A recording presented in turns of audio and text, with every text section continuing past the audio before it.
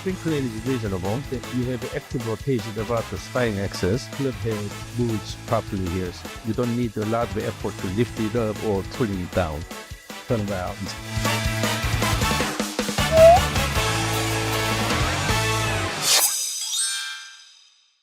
かつてゴルフのレッスンでは動くなと、上下左右に動くなという言葉がすごく広がっていて、それはアマチュアで結構縛られているとおっしゃっていて、その後教授はもっとダイナミックに動きなさいとおっしゃって、さらに最後はその結果として、あまり上下のブレだったりとか左右のそういうぐらつきみたいなものがないところに目指していくっていう今の一連のお話だったんですけれども、その出発点としてどうしてアマチュアへのレッスンというか指導がですね、動くなというようなものが広がっていたんでしょうか。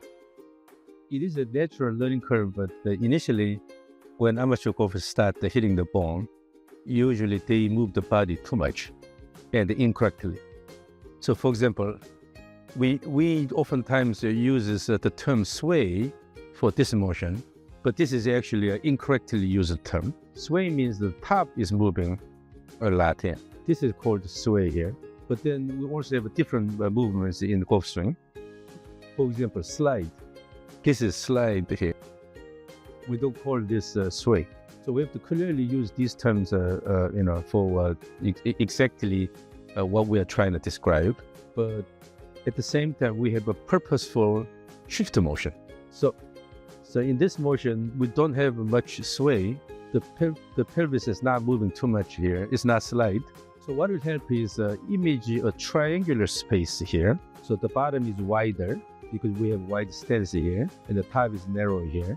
So the head cannot move that much. So you still have a lot of room for motion of the pelvis here. So you can move the pelvis actively here. But usually at the beginning of this learning curve, amateur players tend to go this way here. So use the sway. But if they learn this type of motion here, inside the triangular space, then this shift is really purposeful to interact with the ground really well. So then if the amateur golfer starts moving like this, then try to limit that motion. Then the teaching professional will say to not move your body. But then it may fix this problem, but if you don't move laterally, then you cannot generate the ground reaction force in the horizontal direction. So generally you will suppress the lower body motion. Then you will rely on the upper body muscles here.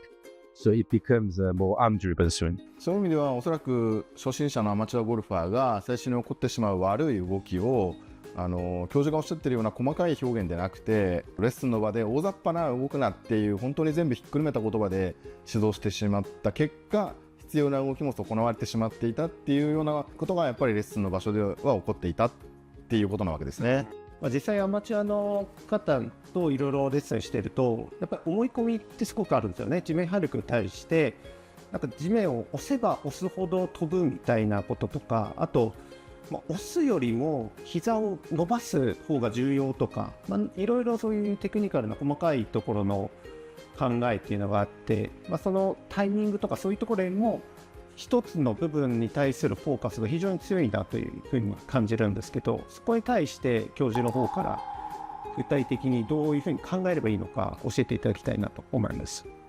So ultimately the goal in golf swing is by using the ground, you want to promote the rotational motion. So that means the golfer has to focus on the motion of the end point. So the body and the club form a chain. And then the trunk provides an axle, and then the arms and club rotate. So it's a chain. But a lot of cases, amateur golfers pay attention to the body motion. So they try to have a lot of body motion here. But ultimately, what's important is that how fast the end point is. So when you have motion like this, so you're pushing the ground hard here, and your body goes like this here, but then the end point is not that fast. But if you focus on the fingers here, then now the fingers are a lot faster here, but the body does not rotate that much. So this is what happens inside the body here. So on one hand, we need to generate large torque by using the ground, but then that effect must be transferred all the way to the club. So ultimately, what we want to do is a really fast motion of the end point swing.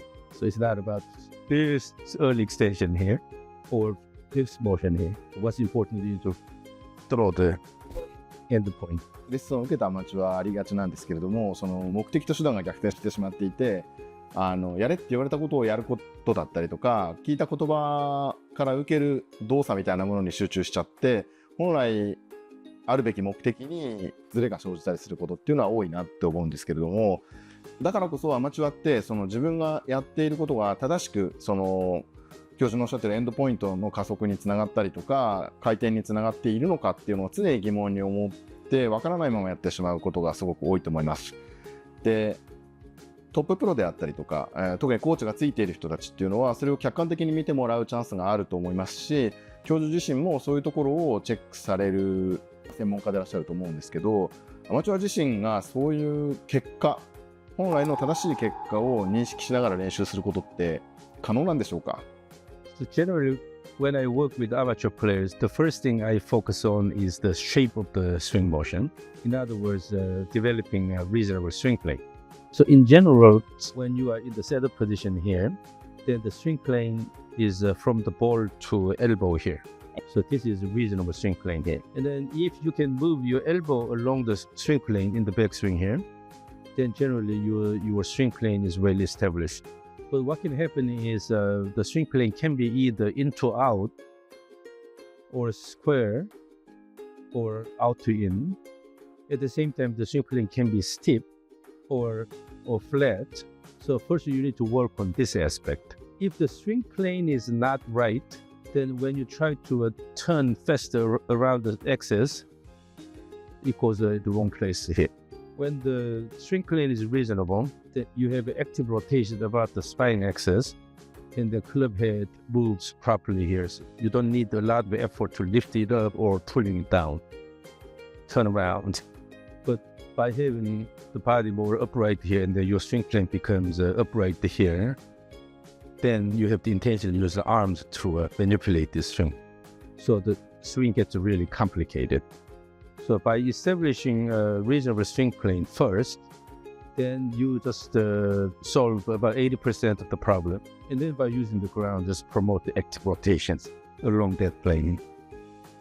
So if you find an easy way to establish a reasonable swing plane, that will be really beneficial, to the golfer, right? いわゆる僕たちのようなそもそもスイングに問題があるというかですね、まっすぐ飛ばないスライスしているミート率が低いっていうアマチュアが地面反力を取り入れてしまったら、間違った方向でスピードだけが上がっていくっていうことにつながってしまうんじゃないかっていう感じでいて、上手じゃないアマチュアゴルファーは取り入れちゃいけないんじゃないか、地面反力にまだ取り組んじゃいけないんじゃないかっていう疑問がどうしても生じてしまいます。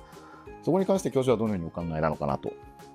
So you have to develop good swing framework first. So that means establish a swing plane, and then also you have to learn how to swing fast. Initially, you don't need to worry about the actual impact. When you worry about the impact, then usually your backswing becomes short. You're afraid of turning the body enough, and then try to hit the ball with the arms. So initially, without a ball, just keep swinging back and forth. It develop reasonable swing plane, and then use the full range of motion. So that way, you can handle the club well. Then introduce the visual target like a rubber tee. And when you swing fast, actively here, and then you will eventually see that the end point is touching the rubber tee consistently. Then you know that when you swing hard, then the club head will test that point. Then introduce the ball there and start hitting the ball. Initially, the ball may go this way here, but quickly you will be able to control direction. So a large proportion of amateur players suffer from these swing issues because they had a bad beginning. So imagine you are wearing a dress shirt and they put the first button in wrong place. I think initially golfers need patience and they develop more good backbone of the swing, and then eventually work on the accuracy and impact Actually, I have an interesting episode. I think it was last year. So I visited the Philippines and also Indonesia. And then I had an opportunity to sit at the driving range, watch somebody giving a lesson to a novice player. For about 30 minutes, the golfer tried to hit the ball, but the backswing was really short. It's all arms because the golfer was afraid of missing the ball, so the golfer could not have a full backswing here. If the body does not turn that much, then you have to rely on your arms here.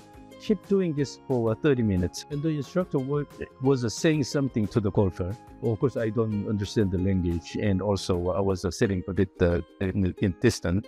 But I was just watching that for about 30 minutes. Why? So usually when the golfers come to my lab, I don't use the ball. Mostly I ask them to swing a rope or light swing stick or different things, not even the golf club, and have a full range of motion, and also learn how to just release it.